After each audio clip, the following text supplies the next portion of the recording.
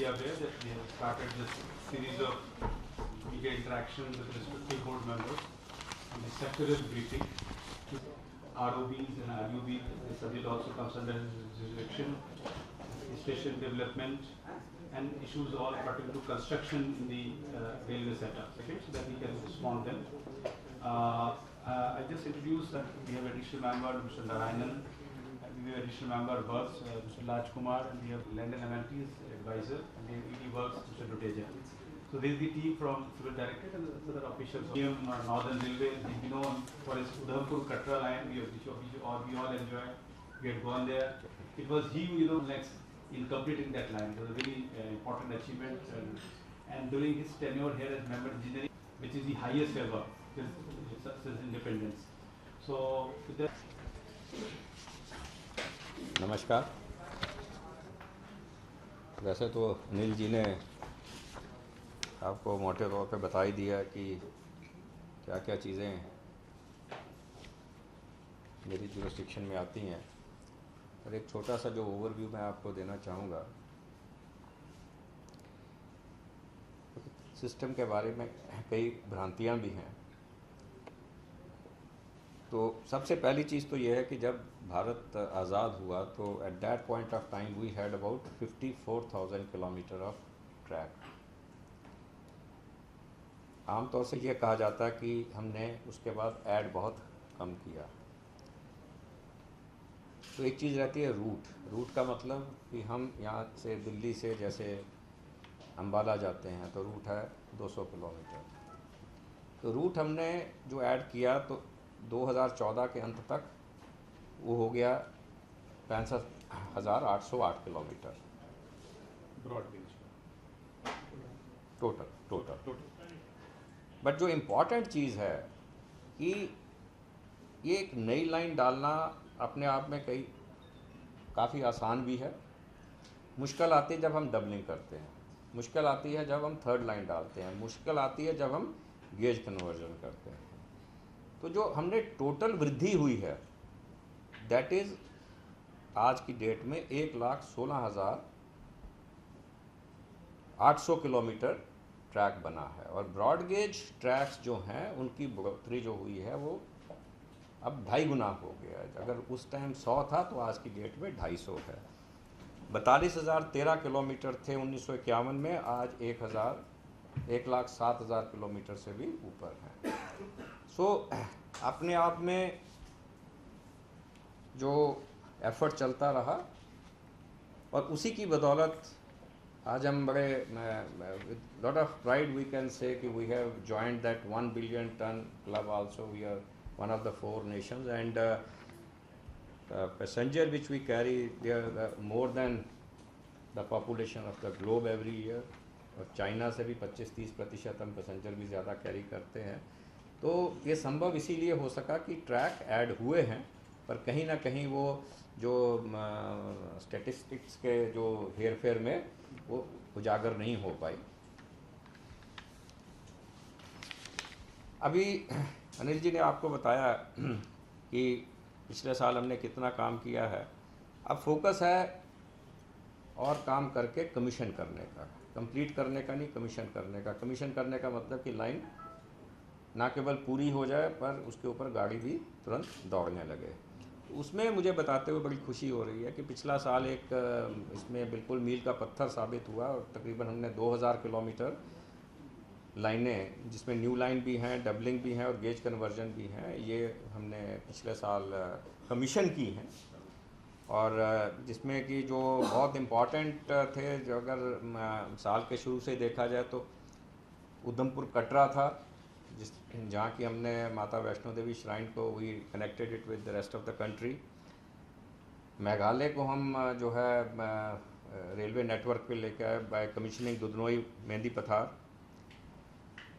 एक बड़ा इम्पॉर्टेंट काम जो हुआ वो था लमडिंग सिलचर प्रोजेक्ट की गेज कन्वर्जन। ये प्रोजेक्ट जो है, ये जो रादर रेलवे लाइन है, ये लाइफ लाइन है उस एरिया की, क्योंकि फूड ग्रेन इसी से जाता है। तो 225 किलोमीटर गेज कन्वर्जन सिर्फ एक 6 महीने के ब्लॉक में, रादर 5.5 महीने के ब्लॉक में हमने की, जो अपने आप में एक रिकॉर्ड था। उस एरिया का बारे में आपको पता है कि वहाँ पर थोड़ा एक्टिविटी भी है, एंटी सोशल और भी तमाम चीज़ें हैं, और जो हमें विंडो मिलती है काम करने की वो सिर्फ 6 महीने ही होती है। अप्रैल ऑनवर्ड बरसात शुरू हो जाती है और अक्टूबर तक चलती रहती है। और वो एरिया भी किस प्रकार का एरिया, जैसे कि ये जम्मू कश्मीर का एरिया है, जियोलॉजी बहुत डिफ़िकल्ट है, it is a very challenging terrain, and our team they did a wonderful job over there. और 225 किलोमीटर के करीब जो है 6 महीने में, 5.5 महीने में उन्होंने काम ये किया। ब्रह्मपुत्रा के नॉर्थ बैंक पे पूरी लाइन जो है वो अब ब्रॉडगेज हो गई है विद दिस रंगिया बरकॉन्गसिलिक प्रोजेक्ट की कमीशनिंग के बाद। एक और इम्पॉर्टेंट काम था कोडरमा हज़ारीबाग। तो ये कोडरमा हज़ारीबाग न्यू लाइन बनने से वहाँ के लोगों का बड़ा पुराना सपना पूरा हुआ, और जो Hazaribagh district came on the map of Indian railway. Gorakhpur Gonda काफ़ी दिनों से चल रहा था, ये गेज कन्वर्जन पूरी हो गई, माल गाड़ियाँ चलने लगी है, पैसेंजर गाड़ियाँ भी जल्दी ही चलेंगी। एक और इम्पॉर्टेंट प्रोजेक्ट काफ़ी दिन से लंबित था, गुना इटावा। तो इसमें भिंड इटावा सेक्शन पूरा हो गया, उसके ऊपर भी माल गाड़ियाँ दौड़ रही हैं और जल्दी ही पैसेंजर गाड़ियाँ भी चलेंगी। ऐसे तमाम प्रोजेक्ट हैं, जैसा मैंने बताया तकरीबन 2000 किलोमीटर हमने किए हैं, और इस साल हम सोचते हैं कि 2500 करेंगे। बहुत एम्बिशियस टारगेट है ये। और उसके बाद फर्दर इंक्रीमेंट, क्योंकि एक चीज़ पर पहले एवरेज क्या रहता था आपका? मैं पहले इनको एक ओवरव्यू रहना चाहिए। अब देखिए, आप लोग ज़्यादा ज्ञानी हैं, हमारे से भी 1000 होता था। देखिए, ऐसा है कि रेलवे एक ऐसी ऑर्गेनाइजेशन है, हम कहते हैं कि साहब रेलवे रीढ़ की हड्डी है, रेलवे इकोनॉमिक लाइफलाइन है, पर रेलवे का लोगों के मन में एक बड़ा एक इम्पॉर्टेंस है। आप कितनी भी रोड बना लें, कितनी भी इंडस्ट्री ले आएँ एरिया में, पर वो लगता है कि एरिया डेवलप नहीं हुआ, और तभी मानते हैं कि डेवलप हो गया जब रेलवे लाइन पहुंच जाए। और मैं एक आम भाषा में बात कहता हूं कि जो आसान एरिया था उसमें अंग्रेज़ रेलवे लाइनें बना के चले गए, और हमारे लिए जो छोड़ गए वो लाइनें हैं जो कि बहुत दुर्गम हैं। आपको शायद ये जान के मेरे हिसाब से अच्छा लगना चाहिए, it is a matter of great pride. हमें काफ़ी लोग आके मिलते हैं दूसरे रेलवे सिस्टम से, जैसे कि कोई यूरोप से आ रहा है, कोई अमेरिका से आ रहे हैं, वो हमें पता क्या पूछते हैं, कहते हैं आप लोग जो है ये इतनी दुर्गम एरिया में क्यों रेलवे लाइनें बना रहे हो, ये J&K में जा रहे हो, या तो रोड बननी चाहिए जिस तरह का टेरेन है। क्योंकि एक बात वो समझते हैं जो आमतौर से यहाँ इतनी मालूम नहीं, कि जियोलॉजी के हिसाब से जो हिमालयन रीजन इंडिया में है वो ज़्यादा कॉम्प्लिकेटेड है एज़ कम्पेयर टू तिब्बत प्लेटो, जो कि चाइना की तरफ है। वो एक उठा हुआ पठार है जहाँ, और इधर जो है रेंजेस है माउंटेन्स की which are badly folded and fractured. So मुझे रेलवे लाइन बनाने में बहुत कष्ट है, जियोलॉजी देखनी है, ज्योग्राफी। अभी आप देखिए, अभी भूचाल आया, हिमालय में भूचाल आया, चाइना की तरफ कोई उसका असर नहीं हुआ क्योंकि वो पठारी वाला पोर्शन है, प्लेटू वाला पोर्शन है। तो मेरे लिए बड़ी चैलेंज है। ये प्रोजेक्ट कॉस्टली भी है। जहाँ 10 करोड़ रुपए में मैं प्लेन में एक लाइन बना सकता हूँ, वहाँ 100 करोड़ रुपया लग जाता है। सो ये कॉस्टली भी है, कैपिटल इंटेंसिव है, और जैसा मैंने आपसे बताया कि लोगों को बहुत आशा है कि यहाँ भी रेल चाहिए, वहाँ भी रेल चाहिए। और इसमें मैं एक और आपको इम्पॉर्टेंट स्टेटिस्टिक्स बता दूँ कि अगर मैं पर स्क्वायर किलोमीटर देखूँ मेरा रेल नेटवर्क क्या है, तो China is just catching up with us. क्योंकि चाइना का एरिया हमारे से तिगुना है, तो मेरे यहाँ रेल नेटवर्क की डेंसिटी बहुत ज़्यादा है। कुछ एरिया है छत्तीसगढ़ वगैरह में जहाँ पर की स्केर्सिटी है, बट अगर आप बाकी एरिया देखेंगे आपको काफ़ी डेंसिटी मिलेगी। तो लोगों की ये जितनी आशाएं को पूरा करने के लिए तो एक फ्रेज़ आई जिसे हम कहते हैं कि हम लाइन बनाएंगे सोशियो इकोनॉमिक कंसिडरेशन पे। तो धीरे धीरे करके हमने काफ़ी शेल्फ इकट्ठा कर लिया। तो जब कॉस्ट ऑफ प्रोजेक्ट बढ़ गई, थ्रो फॉरवर्ड बढ़ गई, पैसा लिमिटेड रहा जो कि जनरल बजटरी सपोर्ट से आता था और जो इंटरनल जनरेशन से आता था। जितना पैसा मिलता था वो हम स्प्रेड ओवर कर देते थे, क्योंकि हर एरिया चाहता था कि हमें हमारे प्रोजेक्ट के जरूर पैसा मिले। तो उस वजह से क्या हुआ कि प्रोजेक्ट जो है 360 से पार हो गए और उनकी थ्रो फॉरवर्ड भी बढ़ के जो है 2-2.5 लाख करोड़ रुपया हो गई। इस साल से जैसा आपको जग जाहिर है कि पैसा बाहर से आएगा, एक्सटर्नल जो फंडिंग हो रही है, बजटरी सपोर्ट भी बढ़ी है और 1.5 लाख करोड़ का तो ऑलरेडी जो है टाई अप हो चुका है। तो आज की डेट में मेरे पास 429 प्रोजेक्ट हैं। पिछले साल हमने 429 प्रोजेक्ट्स हैं, and last year we completed 15 project. मतलब 15 projects have been taken out of the budget, they have been fully completed, and now there are 429, out of which 82 have been included in the budget in the current year, and the total इस budget में 82 नए काम आए हैं और अब total आज की डेट में 429 प्रोजेक्ट्स का है, जिनकी अनुमानित lakh estimated cost it is around 3,45,000 crore. और इस साल जो बजट का प्रावधान हुआ है, ये जो एक्सटर्नल फंडिंग भी मिला के, तो it is a very healthy amount, it is 36,300 crore.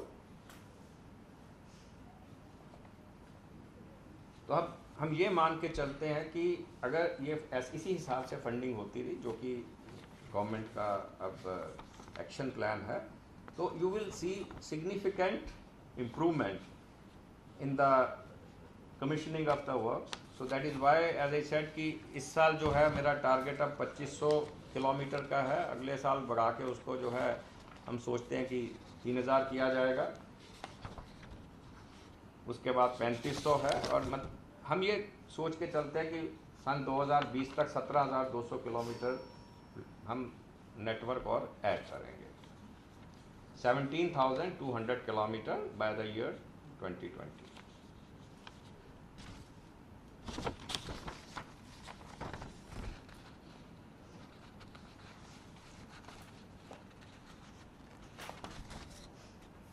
इन सब को करने के लिए जो कुछ हम एक्शन प्लान हमने बनाया है, एक तो आपको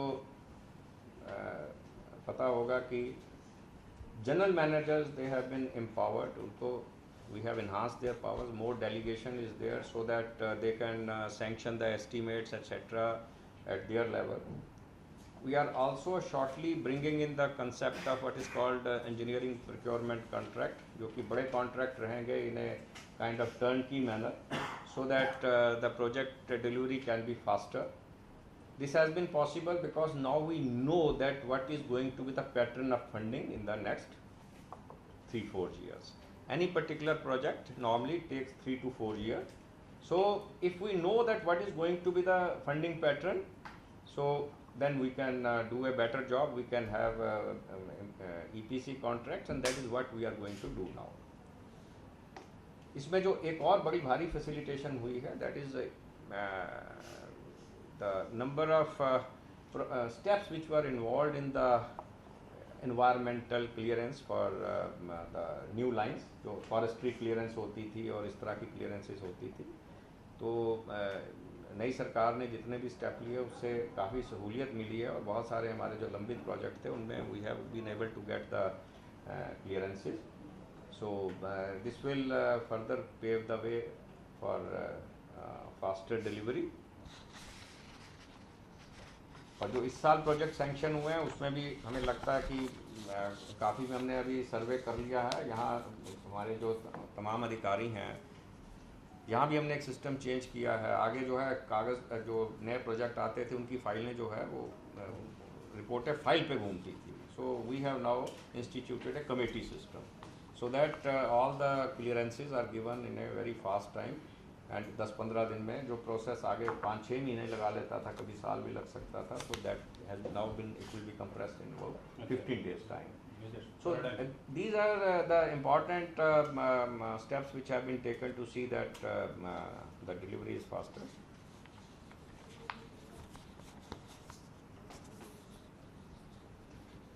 इसके साथ साथ एक जो अनिल जी ने बताया, आरओबी आरयूबी एक बड़ा इम्पॉर्टेंट काम रहता है। आपको पता हो, एक हमारा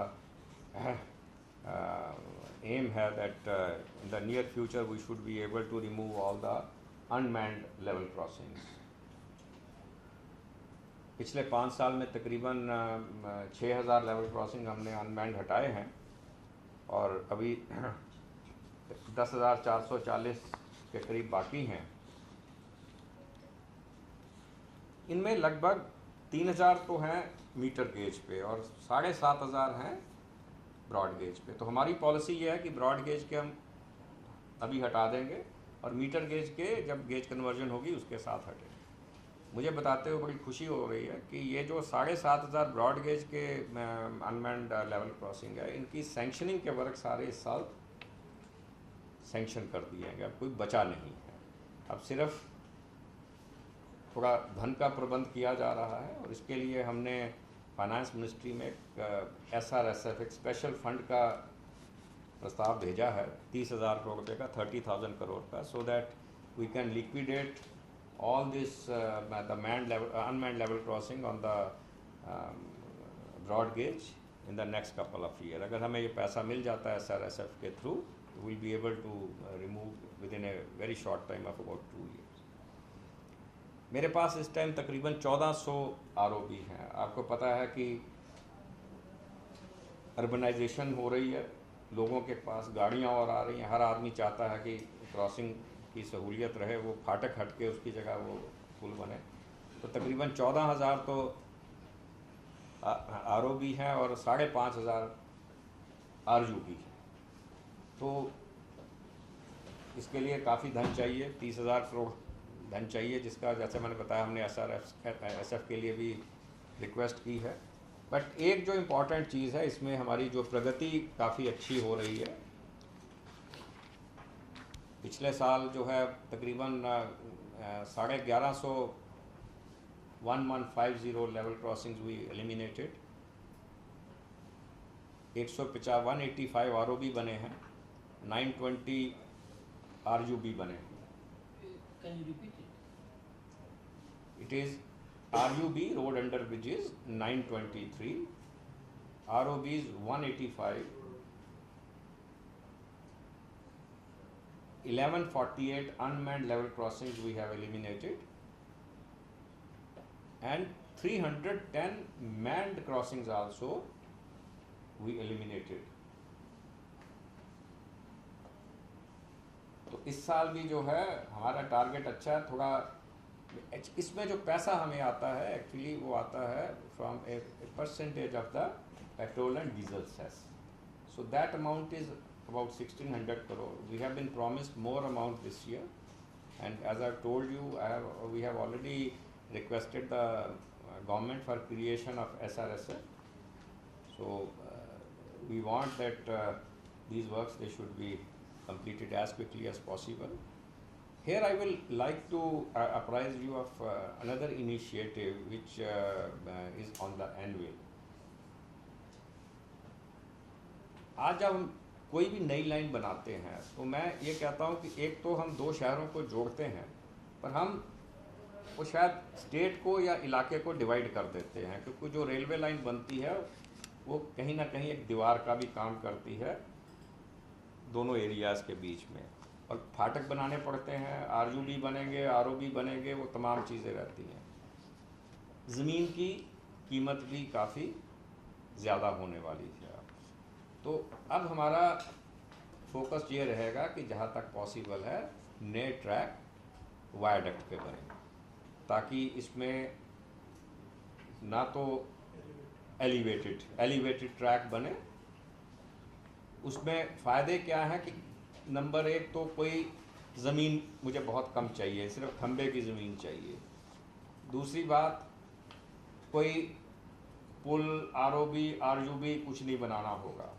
तीसरी बात, मेंटेनेंस फ्री हो जाता है कि मिट्टी चली गई, ये हो गया, वो हो गया, कोई ट्रेस पास नहीं होता। कई दुर्घटनाएं होती रहती है ट्रेस पास से, जो रन ओवर हो गए वो चीज़ें जाएंगी। And it will be maintenance friendly also, because we are aiming to have what is called ballastless track on this. If that is there, if we then there will be a paradigm change in the scenario. So the new lines which would be there, so we are focusing, and now this is our future planning.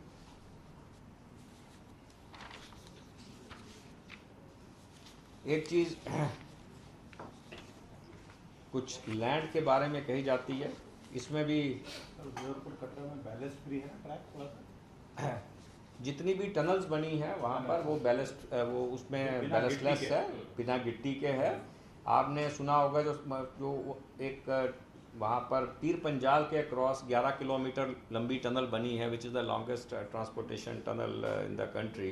So it is a ballastless track. उस पर सोच रहे हैं। सो वो बैलेस्टलेस है। एक चीज़ और आती है जिसमें कि काफ़ी एक मिस इन्फॉर्मेशन रहती है, दैट इज़ द, कई जगह तो एक जगह मैंने सुना कि कहा साहब, किसी ने बोला कि साहब रेलवे जो है सबसे बड़े ज़मींदार हैं, हमारे पास सबसे ज़्यादा ज़मीन है।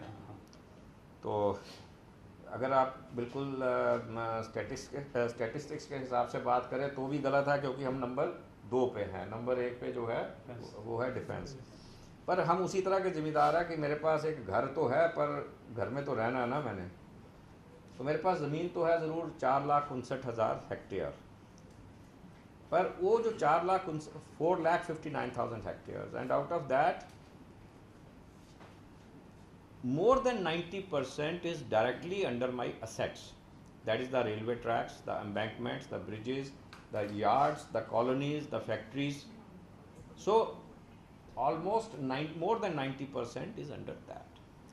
Then I do require some land in the form of strip all along the embankment for servicing the track, and that is also required for future expansion, because that is the my asset which I have leveraged to do double line, third line, and many yard remodelings. Now if I take out all these things, what remains with me is about perhaps about 30,000 hectare, about 30,000 hectare. Now what he is mentioning, 3,000 hectare. Now 3,000 hectare is that land which is in the form of parcels more than 1 acre. Because when people say कि साहब railway के पास बहुत ज़मीन है जिसको leverage किया जाए, तो जो स्ट्रिप है साथ साथ उसको तो कोई लीवरेज नहीं कर सकता, कोई बड़ा पार्सल होगा उसे करेगा। मैं एवरेज फिगर दे रहा हूँ, मेरे पास कुछ बड़े प्लॉट हैं, ऐसी बात नहीं है, जैसे बांद्रा कुर्ला में है, वहाँ पर है। I have some big plots elsewhere also, but on average the plot of lands which are more than 1 acre and which can fetch me something, they unfortunately measure only about 3,000 hectare. So this is the total potential, but and out of that also most of those parcels, they are in the middle of nowhere. They are in some jungle area, जहाँ से track पास कर रहा है वहाँ है। जहाँ बड़ी जगह है वहाँ हम कुछ कर रहे हैं, पर हमें सबसे ज़्यादा उसमें जो एक चीज़ थोड़ा सा लोग सोचते हैं, जो अधिकारी उसको पहले प्लान करते हैं कि क्या ये ज़मीन मुझे किसी इम्पॉर्टेंट काम के लिए चाहिए। बिकॉज किसी ज़माने में ये जब हमने नौकरी ज्वाइन की, नई दिल्ली पे 5 प्लेटफॉर्म होते थे, क्योंकि ज़मीन थी, आज इसीलिए 16 है। अगर ज़मीन ना होती तो ये न्यू दिल्ली ये ना होता, ना सेकंड एंट्री होती। तो जो जहाँ मेरी ज़मीन है, क्योंकि अगर मैं किसी प्राइवेट बिल्डर को या प्राइवेट उसको लीज के ऊपर देता हूँ, उसे मुझे कुछ कंफर्ट देना ही पड़ेगा 25 साल का, 30 साल का। और 25-30 साल जो है रेलवे जैसी ऑर्गेनाइजेशन के लिए तो पलक झपकते निकल जाता है। आज हुआ तो पता लगेगा कि साहब कल तो हमें यहाँ पर, बट नॉनदलेस जहाँ जहाँ हम कुछ एफर्ट कर रहे हैं, उसके अलावा कोई स्मॉल टाइम लीजिंग होती हैं, जैसे किसी ने कोई क्रॉसिंग हो रहा है, कुछ ऐसा इस तरह की चीज़ें हो रही हैं, तो हमारा 1100-1200 करोड़ रुपया एनुअल अर्निंग हो रही है। इस साल का टारगेट 1500 करोड़ के 1350 करोड़ है इस साल का टारगेट। अच्छा, इस एक चीज़ मैं इम्पॉर्टेंट और आपको बताना चाहूँगा ROB RUB से संबंधित, और वो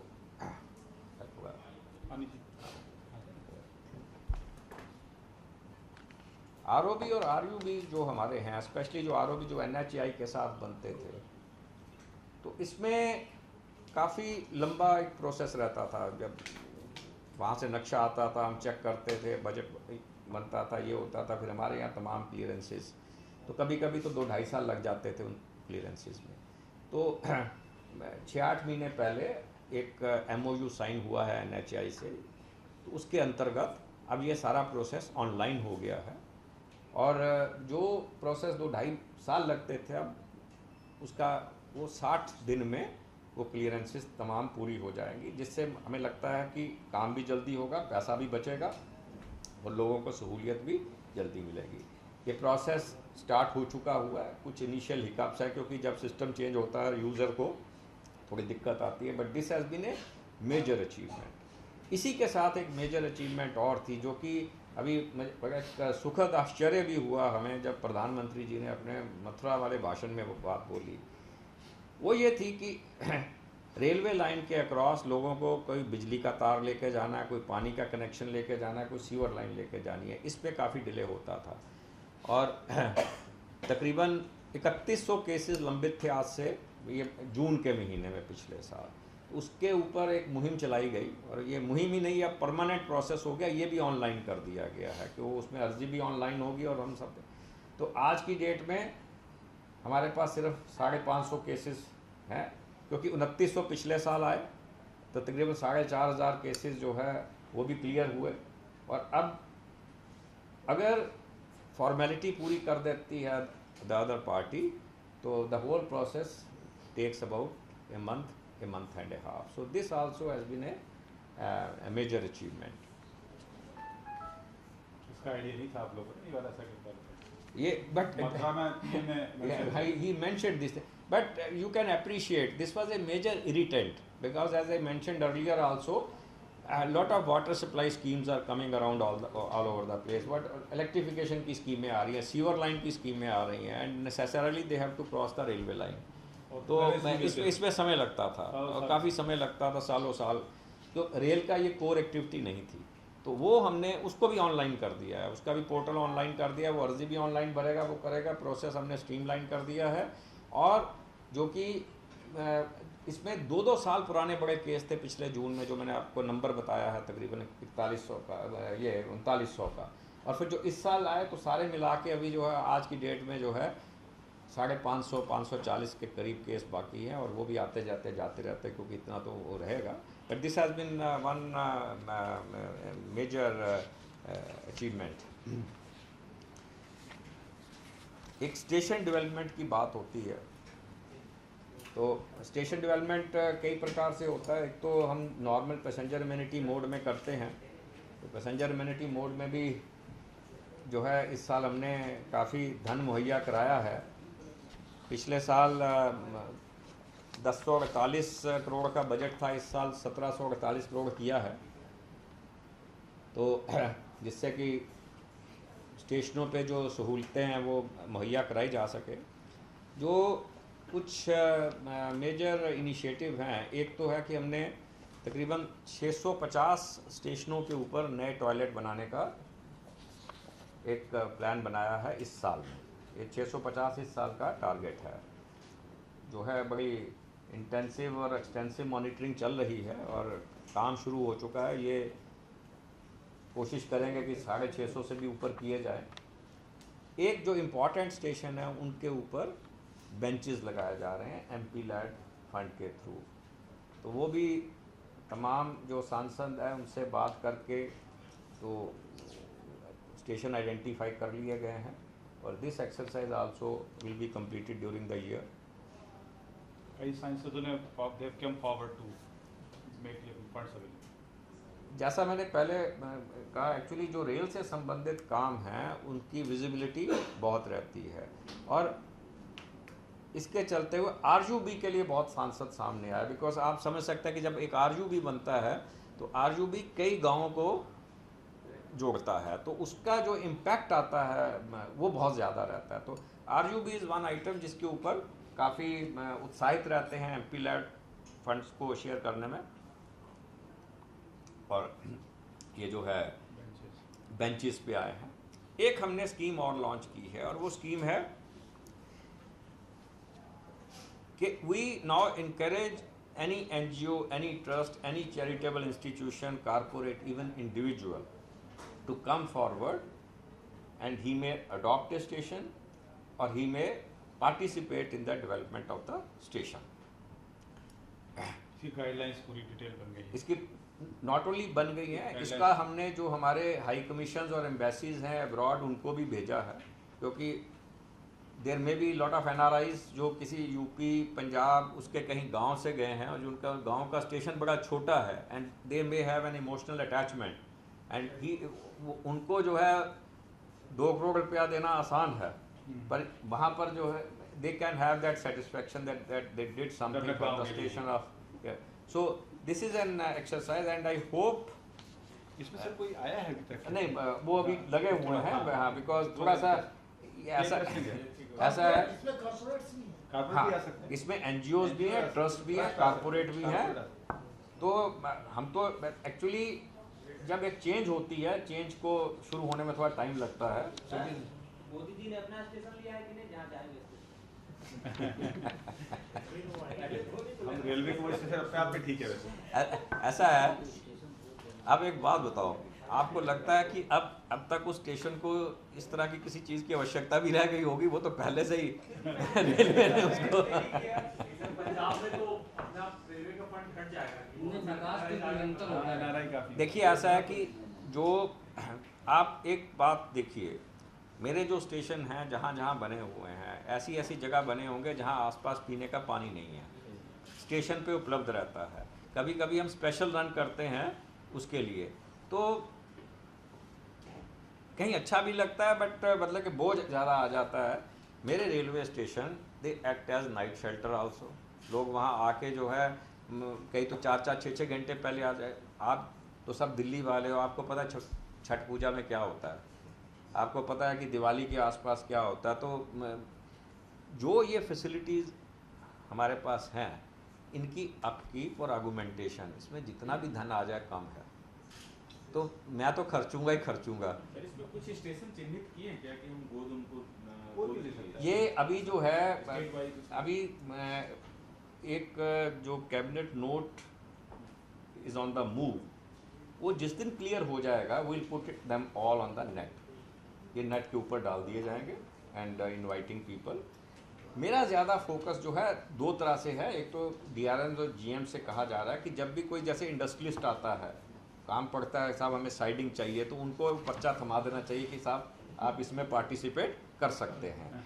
and second is Canada, Australia, England, जो वहाँ के जो हाई कमीशंस और एम्बेसीज हैं उनको ज़रा प्रोएक्टिवली हम परसू कर रहे हैं, ताकि वो वहाँ के जो एनआरआईज हैं या वहाँ जो हिंदुस्तानी बसे हुए हैं वो अगर योगदान करें तो it will make them feel proud, it will help us and everyone. इसमें सब कुछ ऐसा तो होगा ना, कुछ पिछड़े हुए स्टेशन वो कर बता रहा है सारा इस put up ऐसा है, करेंगे। मैं तो सारे ही स्टेशनों की बात कर रहा हूँ ना, हाँ। सारे ही स्टेशनों की बात कर रहा हूँ, क्योंकि जहाँ भी इम्प्रूवमेंट होगी यात्रियों का भला होगा ही। सर कंप्लीट कर लें, क्वेश्चन लेते हैं।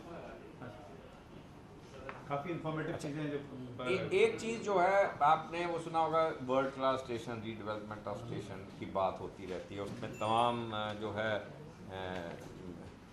बातें होती हैं। और ये विचार शुरू में जहाँ से भी आया, फॉरेन कंट्रियों से आया कि साहब वहाँ हो गया, यहाँ हो गया। तो सबसे पहले ये कुछ शायद इंग्लैंड में शुरू हुआ, क्योंकि वहाँ पर ये हालत थी कि लोग ट्रेन में बैठते नहीं थे। तो अब to so that the station act like a magnet, they said okay, let us make something over here, shopping mall, restaurants and all, people will come and a few may travel by train also. Now what are the conditions obtaining in this country? In this country, as I say, railway lines are modern day rivers and civilization develops around them. They act as precursor to development of cities. I will name a few locations. In UP there is a place called Tundla. Tundla has no existence. One railway line joined another railway line. Today it is actually almost a part of Agra. It has become a huge city. Manikpur near Allahabad is again, it is in the middle of nowhere. क्योंकि एक line जुड़ गई, junction बन गया, शहर बस गया. Now my problem is that my big city stations are situated right in the middle of the most congested areas of the cities. And all of you know that during rush days we take many measures including के जो platform ticket की काटेंगे, ताकि हम चाहते हैं लोग आए ना. So development of big city railway station where there is a potential, commercial potential, it becomes a challenge. It becomes a challenge for us. It becomes a challenge for the city also. Like city of Delhi, at New Delhi railway station, I put in another 4,000 square meter of commercial space. The rush which will be there, Connaught Place will be simply choked. So this makes our task a bit difficult. We have been trying for Delhi, we have been trying for Jaipur, we have been trying for Chandigarh. So the challenge was not surmountable. But now here I am happy to tell you that we have been able to identify a couple of stations where we have made significant improvement. So the foremost is Habibganj. Habibganj in Bhopal, because the way the station is located, the margin was there. City people and the state government, they reacted positively. तो इसमें सारी clearances वगैरह आ चुकी हैं और हमारा जो tendering process भी काफ़ी एडवांस में चला गया है. ये क्योंकि ये जो प्रोजेक्ट है ये पीपीपी मोड में होगा, हम कोई खर्चा नहीं करेंगे, उस पर जो कुछ बनाएगा डेवलपर, उसी में से जो पैसा बचेगा स्टेशन की डेवलपमेंट में लगाएगा. So here we have even now gone for what is called RFP, जो डेवलपर्स की लिस्ट भी बना ली है हमने, और उसके बाद अब टेक्निकल प्रपोजल वाली स्टेज पे पहुंच गया और 15 जुलाई के लगभग जो है वो टेंडर भी खुलने की संभावना है. So Habibganj I am very confident is going to see the light of the day very soon. Second is Surat. Surat में भी there was lot of excitement and encouraging attitude from the local bodies. So preliminary discussions they have been held, and we are very enthusiastic about it, and a consultant has been appointed, and they are developing the scheme in close coordination, and our aim is that in this financial year we should be able to award the development agreement if no major issue comes. Another important station where we are going full swing is Gandhinagar. So Gandhinagar also we have been able to fix up the consultant, and we hope to make a significant improvement during the year.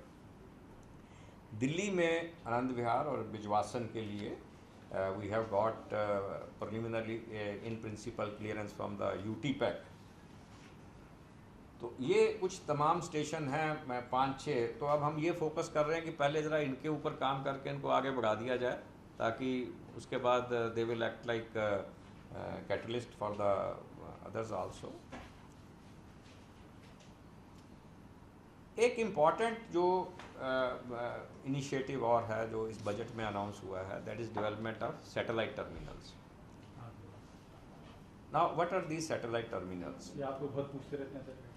Now satellite terminals जो इस time conceive किया जा रहा है, इसके मायने कुछ इस प्रकार से हैं कि अभी क्या है कि जो आपको आनंद विहार से गाड़ी चलती है, वो जाती है पूरब की तरफ, goes towards east. And Bijwasan से जब बन जाएगा चलेगी, वो जाएगी वेस्ट की तरफ। तो the conceptualisation of the satellite terminal now is that the east bound train should start from Bijwasan, so that first it picks up the passengers from Bijwasan. Perhaps people who know the area, it can take care of Gurgaon, Dwarka, 1/3, 40% passenger. Then it comes to New Delhi for 5 minutes. Then picks up people from, it decongests the city also. So at this point of time, there's a lot of infructuous movement. People all the way, they travel from Gurgaon up to this place, and then that vehicle goes back. So I decongest the city also. It takes care of the environment also. Pollution is less, and then I am able to serve better. And I am able to decongest New Delhi also. And if that happens, perhaps then I will be able to develop that station commercially also. You This- can run more trains also. You can run more trains also. More trains, so definitely that is the future. And this is not only for New Delhi. Same type of exercise is on for Banaras, Allahabad, Lucknow, and stations Jaipur and other stations. Railways have been they have been asked to identify the locations, because if the people who know the area, this Allahabad has become a major bottleneck. So here I am receiving trains from 3-4 directions, and the punctuality and throughput, it simply goes for a 6 because of congestion at Allahabad.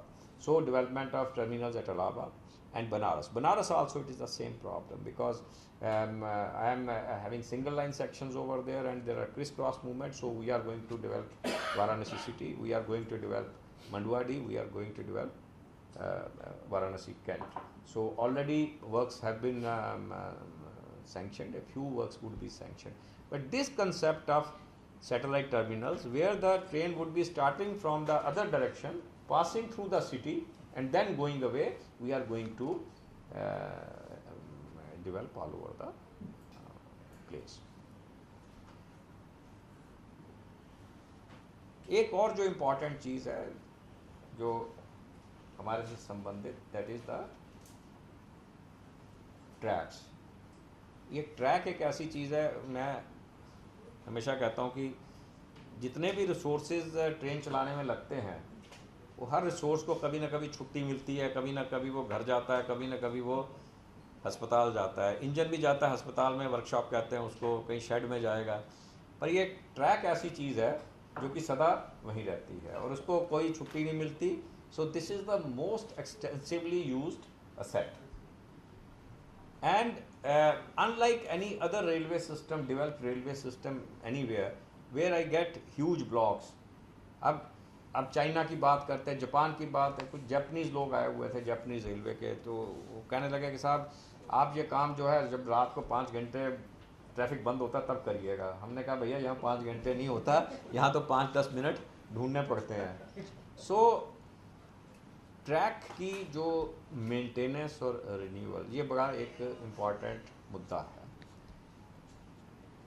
और एक इसका जो एक thumb rule वाला parameter रहता है, वो रहता है कि रेल फ्रैक्चर कितने हो रहे हैं। तो अब गाड़ी जो चलानी है वो तो सेफली चलानी है और ये देखना है कि भाई सब ठीक ठाक रहे, और समय भी कम रहता है, धन की भी डीआरएफ में कमी रही है। तो इसके ऊपर काफ़ी एक ज़ोरदार तरीके से द अल्ट्रासोनिक फ्लॉ डिटेक्शन कैसे करते हैं, वो जो करते हैं उसमें और ज़्यादा सावधानी बरती जा रही है। जो हमारा वेल्डिंग का तरीका है, एक थर्मिट वेल्डिंग होती है, उसको हमने इम्प्रूव किया है, एंड उसकी वजह से there has been significant improvement. पिछले साल 15 से भी ऊपर % जो है हमने रेल फ्रैक्चर वगैरह कंट्रोल किए हैं, क्योंकि ये वही ट्रैक है जिसके ऊपर अंततः गाड़ी ने दौड़ना है। और इसके अलावा छोटी छोटी कुछ बातें हैं जो कि मतलब कि एक आप सब लोगों के इंटरेस्ट की रहेंगी। और यहाँ मैं थोड़ा सा एक डाइग्रेस करूँगा, because a few of you who have interacted with me earlier or when I was general manager Northern Railway, तो मैं एक बात कहता हूँ कि आप लोग काफ़ी आर्टिकल वगैरह निकालते हो कि day in the life of a celebrity, walk the talk, talk the walk, सब कहानियाँ होती हैं। रेलवे इतनी इंपॉर्टेंट ऑर्गेनाइजेशन है, यहाँ भी कुछ ऐसे लोग हैं जिनके ऊपर आप कुछ स्टोरी कर सकते हो। और वो लोग जो है, मैं बड़े अधिकारियों की बात की कर रहा, मेरा गैंगमैन है। ये गैंगमैन वो शख्स है जो कि जब आप रात को सोते हुए ट्रेन में निकल जाते हो तो आपको शायद इस बात का ध्यान नहीं होता कि कोई ना कोई गैंगमैन उस टाइम भी पेट्रोलिंग कर रहा होगा, चाहे वो सर्दियों की ठंडी रात हो, चाहे बरसात की बारिश हो। और अगर आप कभी अगली बार ट्रैवल करेंगे ज़रा नोट करिएगा, जब गाड़ी में जाएंगे अगर ध्यान देंगे बीच बीच में आपको सीटी की आवाज़ आएगी। तो these are the patrolman who are taking care of the track, who move along with their torches and all and see that everything is fair and fine. पैदल चल के ये पैदल चलते हैं रोज होती है। और दिस इज ए बिकॉज हम तो फाइनल केक देखते हैं ना, आइसिंग वाइसिंग, उसमें बना कैसे, तो वो बड़ा एक मुश्किल सा काम है। जैसा कि मैं लोगों को कहता हूँ कि जब लोग आराम करते हैं, जब लोग त्यौहार मनाते हैं, हमारे कर्मचारी तो एक्स्ट्रा काम करते हैं क्योंकि उन दिनों ट्रेनें भी हम एक्स्ट्रा चलाते हैं।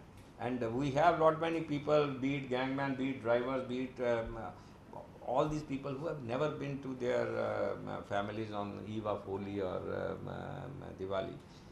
तो ये मैंने जो गैंगमैन का एक यूज़ किया, इसलिए मैं बताना चाहता था कि है तो एक डायरेक्टली रिलेटेड चीज़ नहीं है बट बहुत इम्पॉर्टेंट है। ये लोग जब चलते हैं तो इनके पास काफ़ी औजार रहते हैं, क्योंकि अगर कुछ हो जाए, कहीं खराबी है, इनको ठीक करना पड़ता है। तो 25-30 किलो वज़न लेके चलते हैं, अबाउट 25 किलो का वज़न रहता है जिसको ये लेके चलते हैं। अच्छा भाई साहब, ये गर्मियों में भी चलते हैं, दोपहर के दिन, उसे हॉट वेदर पेट्रोलिंग कहते हैं। जब हम निकलते नहीं हो उस टाइम मेरी रेल की हालत ये होती है कि अगर आप ऐसे छू दें, ये खाल वहीं चिपक के रह जाएगी। Nowhere the temperature is less than about 55 degree, तो अगर ऐसे छुए तो रह जाएगी। तो ये बेचारे उसमें जो है चल के तब देखते हैं कि भैया सब ठीक ठाक है कि नहीं है।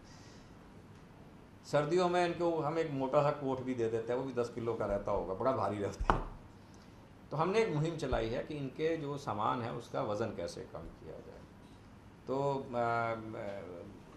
This was something very close to my heart and I am very glad to say कि जिन जिन रेलवे को मैंने ये काम दिया तो the few railways they have reported very positively and I am very confident कि इस साल मैं वज़न शायद आधा कर दूँगा। वही हथियार रहेंगे but they can be made of some alloys and all so that he is able to handle them. Another very important item is what I feel is that money saved is money coming from somewhere in the form of budget. तो optimisation of design कि जो हम चाहे पुल बना रहे हैं, चाहे earthwork कर रहे हैं, चाहे बिल्डिंग बना रहे हैं, तो आम तौर से तो आप ये हमेशा ये होता है कि साहब ये काम इतने में सैंक्शन हुआ था और इसकी कॉस्ट अब इतनी बढ़ गई है। तो एक ही रेलवे जहाँ ये काम थोड़ा पहले शुरू हो चुका था, जहाँ का मैं पहले जनरल मैनेजर रह चुका हूँ, पिछले साल construction organisation saved 700 crore, 700 crore रुपया by design optimisation. And this has been now so directed all across the zonal railway. And if we meet after another 7-8 months, I'll be able to give you some very healthy figure. So that is another aspect where we are focusing upon how to optimize the design and do works at less cost. बहुत हो गया यार। ठीक है, अब आप भी दो क्वेश्चन सवाल ब्रिज के बारे में। बिहार में 2 दीघा वो कब तक स्टार्ट कर रहे हैं? थोड़ा पॉलिटिकल इम्पैक्ट भी है भैया ऐसा है, ये इतना मोटा कागज़ थे तो ये आइटम थी, वैसे तो मैं पहले ही बताना चाहता था। ऐसा है, हमारी तरफ से तो तकरीबन बन गए, इसमें कुछ परेशानियां थी अप्रोच के ऊपर, कुछ इंक्रोचमेंट थी स्टेट गवर्नमेंट से लैंड, क्योंकि ये ब्रिजेस जो हैं ये वो हैं रोड कम रेल वाले। अभी जो खबर है वहाँ जो चीफ सेक्रेटरीज वगैरह के साथ डिस्कशन हमारी हो रही है, शायद वो इंक्रोचमेंट हटाई जा रही हैं and if all goes well 30 जून तक हम इनको पूरा करेंगे। 30 जून दिनेश जी,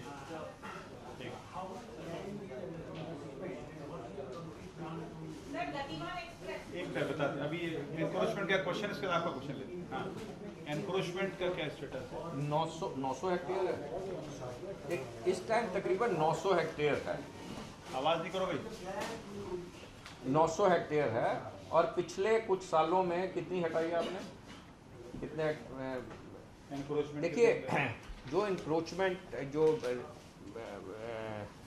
रेलवे लैंड से संबंधित एक चीज़ आप ध्यान करिए, ये जो 900 हेक्टेयर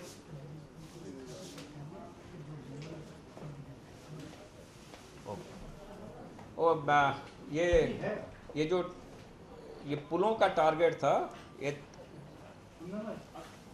30 सितंबर है। हाँ, कमीशनिंग का। हाँ, जिस दिन ये पूरा हो जाएगा ना, ये अब ज़मीन दे देंगे हमें, तो अब थोड़ा अप्रोच में जो काम है 30 सितंबर, बट विद ए कंडीशन कि ये ज़मीन अगर हमें मिल जाएगी। अगर ज़मीन वाला थोड़ा ज़मीन नहीं मिलेगी अप्रोच की तो नहीं हो पाएगा। पहले मैं इनका जवाब देता हूँ, बताता हूँ। काम ठीक चल रहा है वैसे वहाँ पर। तो कितना हटाया आपने? कितना? 100 हेक्टेयर। पिछले 4-5 साल में तकरीबन 100 हेक्टेयर के करीब जो है हमने इंक्रोचमेंट फ्री करवाई है। अभी 900 हेक्टेयर के करीब है। अधिकतर ये जो इंक्रोचमेंट है ये मिलता है बड़े शहरों के आसपास। और जैसा आप सब ने देखा होगा कि जो रेलवे की ज़मीन है वो नो मैंस लैंड रहती है, and indirectly directly people get encourage कि वो गंदगी भी वही डालेंगे। और कई बार स्टेट गवर्नमेंट से जब इंक्रोचमेंट हटाई जाती है वो हमारे यहाँ आके बैठ जाते हैं। उसको हटाने के लिए हमारा सिस्टम वही है जो वो एक्चुअली वो लॉ है उसका, उस लॉ जो है पीपी एक्ट के तहत हम एविक्शन करते हैं। हमारे अपने स्टेट ऑफिसर रहते हैं, वो एविक्शन प्रोसीडिंग होती है, हो भी जाता है। दिक्कत आती है फिजिकली रिमूव करने में। There I have to have the 100% cooperation of the state government because it is a law and order issue. So उसके मद्देनज़र ये रखते जो भी है, हम जोर लगा रहता है। जैसा बताया मैंने, पिछले 5-1 साल में 100 हेक्टेयर हटाई है। एक्शन जारी है, पर ज़्यादा फोकस इस बात में है कि नई ना हो। सो पुराने वाली कोशिश जारी है। सर, एक चीज़ मैं जानना चाह रहा था कि जब आप कहते हैं कि हम एलसी को इतनी एलसी हमने एलिमिनेट कर ली, लेवल क्रॉसिंग, तो what do you mean by elimination? आप उसको बंद कर देते हैं या आरओबी और आरओबी भी बना? देखिए, 3-4 तरीके से होता है। जो अनमैन्ड को एलिमिनेशन की बात हो रही है, ठीक है, इसमें या तो आरयूबी बनता है, कहीं कहीं आरओबी बनता है, कहीं कहीं मैनिंग कर देते हैं, और कहीं कहीं 2 या 3 को मिला के बंद कर देते हैं। क्योंकि आप कई इलाके में देखेंगे आधे किलोमीटर पे हैं, तो वहाँ हमने एक ऐसी स्कीम निकाली है कि चलो भाई, उनको जोड़ने के लिए अगर एक सड़क बनाने की आवश्यकता पड़ेगी, वो चलो रेलवे की ज़मीन में अगर अवेलेबल है उसमें बना लो, पर फाटक बंद करो। अच्छा, अभी ये भी काम मुश्किल होता जा रहा है, क्योंकि वो कहते एक जुमला है लो हैंगिंग फ्रूट्स, तो लो हैंगिंग फ्रूट तो झड़ गए सारे। अब जो बचे हुए हैं वो सारे टफ वाले हैं। तो उसमें टफ वाले का मतलब कि वहाँ वो आरओबी ही बनाना पड़ेगा। आरयूबी भी हर जगह नहीं बन सकता। जहाँ मेरी लाइन जो है वो ज़मीन पे पड़ी हुई है, एम्बैंकमेंट ऊंची नहीं है, वहाँ नहीं बन पाएगा। हाँ, गुलशन, बोगीबिल का टारगेट, गुलशन की बात है, गुलशन एक मिनट, इनका बोगीबिल का टारगेट जून 17। बोगीबिल जून 17 है target. Work is on Bogibeel Assam में। हाँ, गुलशन, सर, अभी आप बता रहे थे एलिवेटेड थोड़ी देर उसके बाद। एक तो मैं ये जानना चाह रहा था कि ये क्या 100% उसी तरह का होगा या जहाँ जरूरत होगी वहीं बायोटेक बनाएंगे? तो दूसरा, क्या कुछ कॉस्ट का कुछ फर्क पड़ेगा?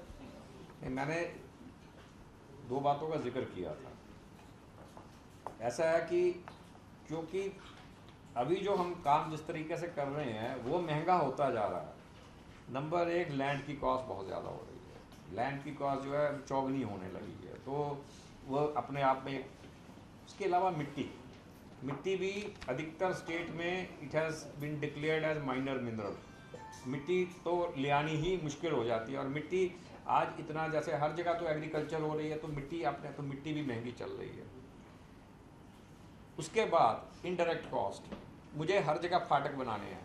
आरओबी बड़ा महंगा बनता है। आरओबी आज कोई 5-10 करोड़ से तो कम आरओबी नहीं बनता, कई जगह तो मेरे 60-60 करोड़ के आरओबी बन रहे हैं। अच्छा, उसके बाद अगर आज नहीं बनाऊंगा कल बनाने पड़ेंगे।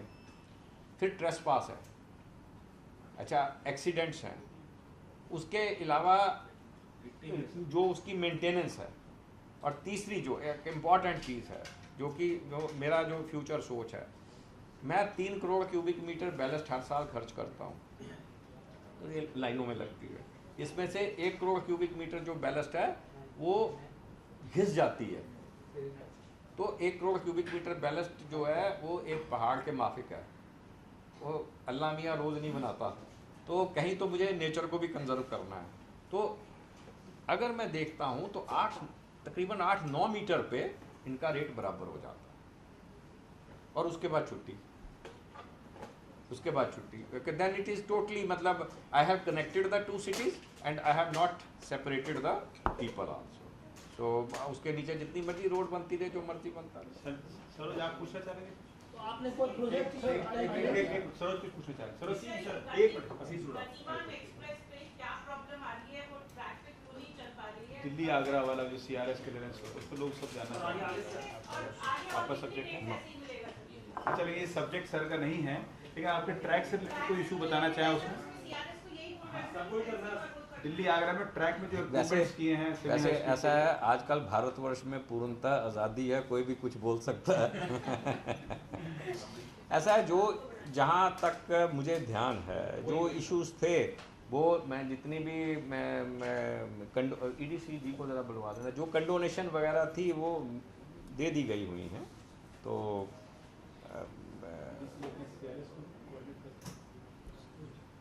ट्रैक से संबंधित ऐसा कोई खास इशू नहीं, क्योंकि जो स्पीड बढ़नी है 150 से 160 होनी है, तो कोई ट्रैक यही है। ट्रैक तो अभी मैं आपको शायद ये थोड़ा सा इट में भी ए प्लेजेंट सरप्राइज आल्सो, अभी जो हाई स्पीड की बात हो रही है उसमें कई लोग जापानीज़ एंड कई फ्रेंच लोग में जो है वो स्टडी कर रहे हैं। तो उन्होंने जो रिपोर्ट दी है वो ये कहते हैं कि जो हमारे ट्रैक्स हैं, अगर हम इसमें स्विचेस चेंज कर दें तो they are fit for 250 kmph। So जो स्लीपर लगे हुए हैं, जो रेलें लगी हैं, उसी प्रकार की है जैसे अब्रॉड में, उसमें कोई दिक्कत नहीं है। दिक्कत आती है सिर्फ क्योंकि यहाँ थोड़ा जो एक अनुशासनहीनता है, जो जहाँ मर्जी आए ट्रैक क्रॉस करता है। That is one major issue जिसमें कि शायद वो CRS भी थोड़ा परहेज़ करते हैं। और आपको पता है, जहाँ हम दीवार बना देते हैं वहाँ भी लोग रास्ता निकाल लेते हैं कहीं ना कहीं से। सर 2-3 खबर लायक बता दीजिएगा, आपने बहुत ज़्यादा आर्टिकल टाइप बोला। क्लास स्टेशन यार कुछ तो कि पुराने ज़माने में जब हम पढ़ाई करते थे तो एक प्रेसी राइटिंग जरूर होता था, हैं भैया वो तो कर लो।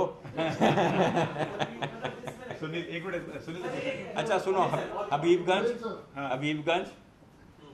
हबीबगंज है, सूरत है, गांधीनगर है, देन ये क्या कहते हैं आनंद विहार है, और ये क्या कहते हैं चंडीगढ़ है, बिजवासन है। 6 बता दीजिए। हाँ झा जी हमारे दूसरा टाइम। सर ये जो SRSF है, ये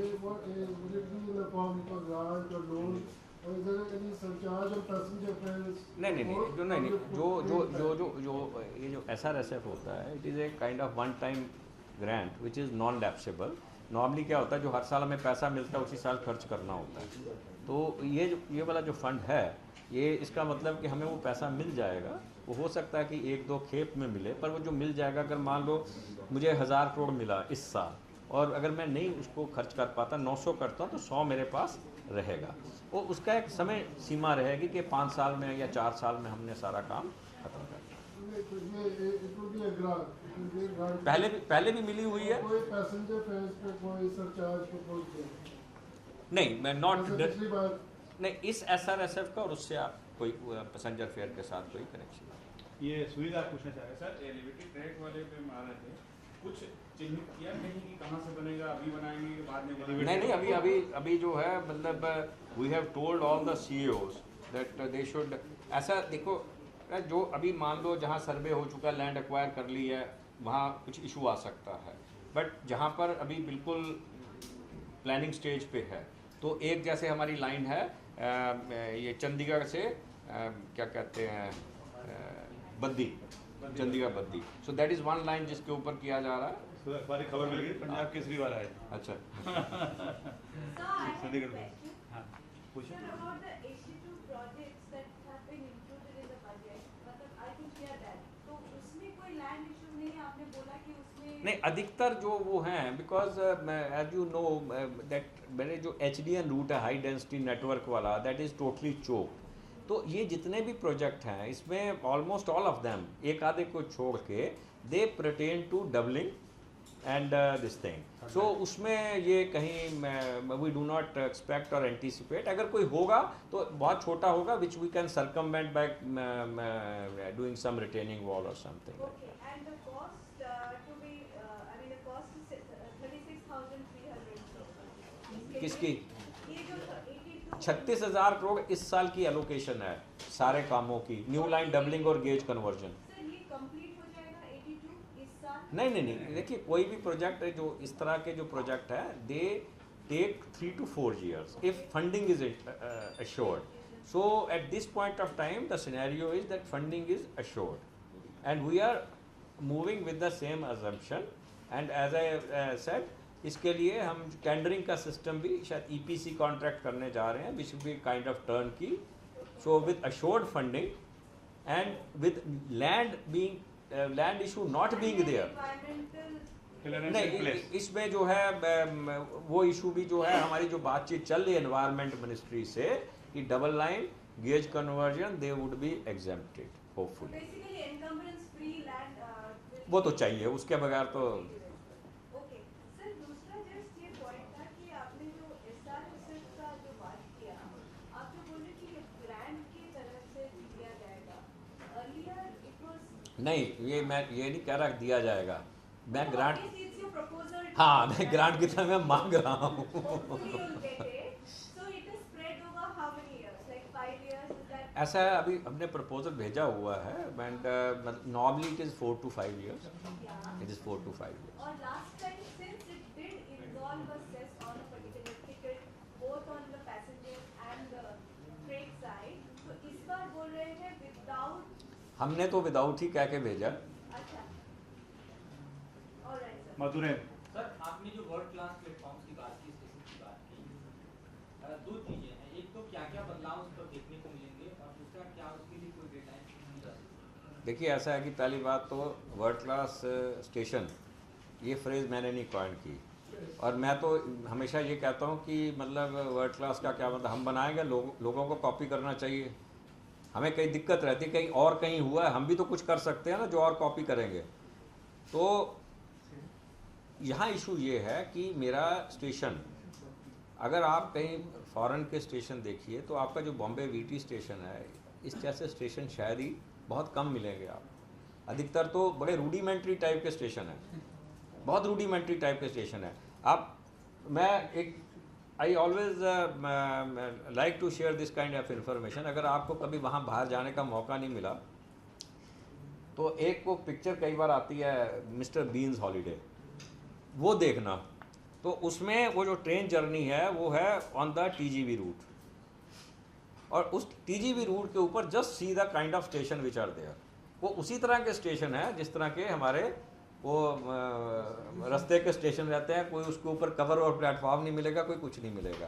खैर वो चीज़ अलग है, हमारा सिस्टम अलग है। जैसा मैंने कहा कि मेरे स्टेशनों के ऊपर लोग आके खाते भी हैं, पीते भी हैं, नहाते भी हैं, सोते भी हैं।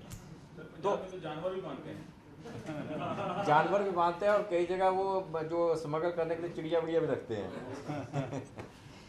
तो ऐसा है, the idea is paradigm change. Now what is a good experience when you go to an airport? तो सबसे पहली चीज़ तो ये होनी चाहिए कि वहाँ की एक्सेस, वो यहाँ if we go to New Delhi station, तो जैसे ही कनॉट प्लेस आउटर सर्कल में पहुंचता तो बंदा परेशान हो जाता, पता नहीं ट्रेन मिलेगी कि नहीं मिलेगी। तो first is that, so it is not only per se the station, तो जो मैंने कहा था it is the area around also. So state और the local bodies they have to be on board, so that one way traffic हो, बिल्कुल hassle free, सीधा गए वहाँ गए। उतरने के बाद ईमानदारी की बात यह है कि वो क्लास ऑफ पीपल अगर छोड़ दिया जाए जो कि बेचारे कोई चूं भी नहीं करते, जो सोते भी हैं, जो शोर मचाने वाले लोग हैं, उनके पास फैसिलिटी देखने का टाइम नहीं होता, वो पूरे हिसाब से आते हैं, ट्रेन में बैठते हैं। तो उनके लिए ज़रूरी है signage. The signage has to be very perfect, ताकि जैसे उतरे आप पता कि कहाँ जाना है, कौन से प्लेटफॉर्म पे जाना है। And segregation of incoming and outgoing, मतलब कि जो हमारा कंसेप्ट है एज ए जनरल कंसेप्ट कि अगर जितने भी स्टेशन है उसमें जो एंट्री पॉइंट है, it should be the discharge of the passenger should be at a higher level, at the level of the foot over bridge, and I should have a concourse foot over bridge type of thing, 50 meter 100 meter straddling all across the platforms, सारे platform. उससे मुझे क्या फ़ायदा कि ये जो होड़ लगी रहती है कि मेरी गाड़ी प्लेटफॉर्म नंबर 1 से चलनी चाहिए, जिससे ऑपरेशनली हमें बहुत दिक्कत हो जाती है, वो ख़त्म हो जाएगी। सो वो हो गया रुकने का स्थान। अब आप सोच के देखिए कि जो काफ़ी फैसिलिटीज़ जो डुप्लीकेट करते हैं हम, मतलब कि हर प्लेटफॉर्म के ऊपर हमने वो रखे होते हैं, क्या कहते हैं, फूड स्टॉल बहुत हैं, उसके अलावा बुक स्टॉल्स हैं। They can all be then consolidated in that area, or discharge should be at another level, perhaps through what is called an underpass. So second is the segregation.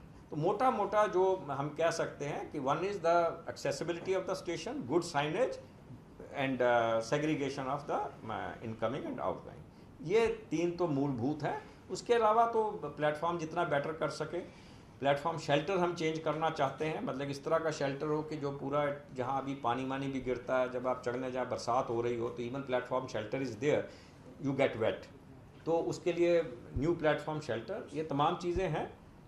And उसी में एक important aspect आएगा when I make my trains discharge free, क्योंकि ये सारी जो चीज़ें हैं धरी रह जाएंगी अगर वो गंदगी तमाम वैसे की वैसे ही रहे। And if I start covering up my station and the cleanliness is not there, where definitely you will agree with me, passengers have to fully cooperate. I can only keep on cleaning, but if जो गंदगी मचती है वो control हो जाए तो।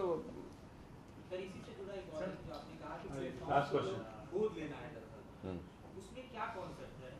एक आदमी उसमें डोनेट करेगा कि उसका इंप्रूवमेंट? यार हमने इतना वाइड कंसेप्ट रख दिया, आप इनको एक कॉपी दे दीजिए। गाइडलाइंस हैं उसकी, वो हमने नहीं मैं बताता हूँ, इतना उसमें वाइड कंसेप्ट करती टीवी के लिए वाइड है। ओके, दरअसल क्या होगा, जो इन्वेस्टर है वो पैसा लगाएगा वहाँ, उसके लिए he can donate money, he can participate by donating money as a part of the ongoing scheme, he can do the work himself, like he can get an escalator installed, he can get a water cooler installed, he can undertake the cleanliness of the station. So any which way which he feels comfortable with, we are ready to accommodate.